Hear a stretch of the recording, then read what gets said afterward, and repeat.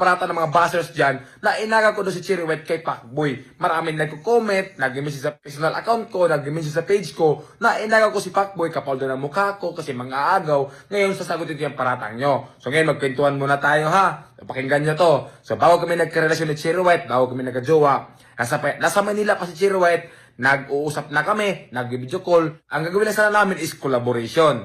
So, make the story short, tinanong ko si Cherry White kung may jowa ba siya. Anong sagot ni Cherry White? Wala akong jowa, matagal na akong walang jowa. So, siyempre ako yung taong hindi may pagkamerites, hindi na ako nagtanong about sa kanya. Kung about sa kanya kay Pacboy, ang sa akin lang is komportable na ako na wala siyang jowa. So, siyempre ako din naman na wala akong jowa. Okay, ganito, make the story short. So, habang tumatagal yung pag-uusap namin, pakikilala sa isa't isa, habang lagi kami nag-video call, nagkaroon kami ng feelings, nagka-develop kami, hanggang umabot sa punto na pumunta siya ng Cebu, nagkaroon na ng something sa aming dalawa. So, wag yung sabihin na inaga ko si Cherry White kay Pacboy. So, imposible naman ang babae papatol sa isang lalaki na may karelasyon. Alam nyo yan, girls, na hindi nyo gawain yan na magpagrelasyon sa ibang lalaki na may relasyon kayo. So, hindi natin alam kung anong rason kung bakit wala na sila ng Pacboy. Ayoko mag-tell niyan kasi sila daw nakakaalam. So, ang sa akin lang, si Cherry, bago kami nagkarelasyon, wala siyang jowa. So, wala siyang jowa. Hindi ko inagaw si Cherry. Hindi ko inagaw. Alam niya ni Cherry, hindi ko siya inagaw. At ito pa, hindi ako yung kasing lalaki na, basta-basta lang dyan. Kasi hindi ako pogi. May prinsipyo din ako. Ako yung lalaki na pag nilawayan na ng iba, ayaw ko na rin lawayan. Ganoon ako, hindi ako yung lalaki na makipaghati sa isang babae lang. Ayaw ko na may kahati. Kaya wag yung sabihin na nang aagaw ako kay Cherry White. Si Cherry White mismo nakakaalam yan. So hindi ko alam kung anong rason nila kay Pacboy. So ang sabi lang sa akin, matagal na siyang walang jowa. So hindi ko tinanong sila about sa kanila ni Pacboy.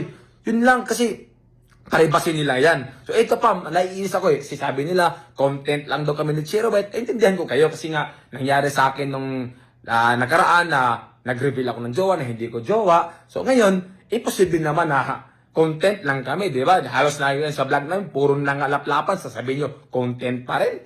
May ganun ba? Di ba? So, paano nyo sabi na content lang kami ni Cherry? Nagkataon lang nung birthday ko na marami akong inimbita ng mga vlogger. At yung mga vlogger naman, binidyohan kami habang sumasayaw. Siyempre, di namin natiis yung sarili namin. Naghalikan kami. Binidyohan nila. Paano nasabi yung content? Hindi nga namin vlog yun, di ba? So, content yun ng mga ibang vlogger. So, sila yung nag-content sa amin. Ang sa amin lang is ginawa lang namin yung relasyon namin na ano yung nararamdaman namin. Di ba? So, kaya nasabi yung content lang. So, hindi kami ang nag-content, mga vlogger kasi maraming vlogger doon nakatutok. So, actually, sinabi ko kay Cherry na wag muna kaming mag-private relationship muna kami kasi nga, pag social media talaga, maraming makisasaw, maraming masasabi, di ba? So, wala eh, hindi namin natiis yung sarili namin na gawin yun sa birthday ko. So, maraming mga vlogger nag-video, kaya ganun yung nangyari. So, sige lang, hayaan nyo na mapatunayan sa amin na hindi content lang itong ginagawa namin. Sabi ko nga kay Cherry na itong ginagawa namin is bonus na lang to sa vlog. Itong pinapakita namin sa inyo, bonus na lang tong meron kami sa relasyon. Kasi hindi ko rin naman gusto na mag-reveal sa social media. Nagkataon lang talaga na yung nag-reveal is yung mga vlogger doon. Maraming nagbibideo na naghalikan kami, di ba? So, ano pa yan? At yun lang, kinainisan ko na mang-aagaw ako ng jowa. Hindi ko yung gawain ng mga agaw ng jowa. Kung alam ko lang na may jowa si Cherry, ba't ako papatol doon? Ang mangyayari sana doon is collaboration. Magkukolab lang sana kami ng vlog.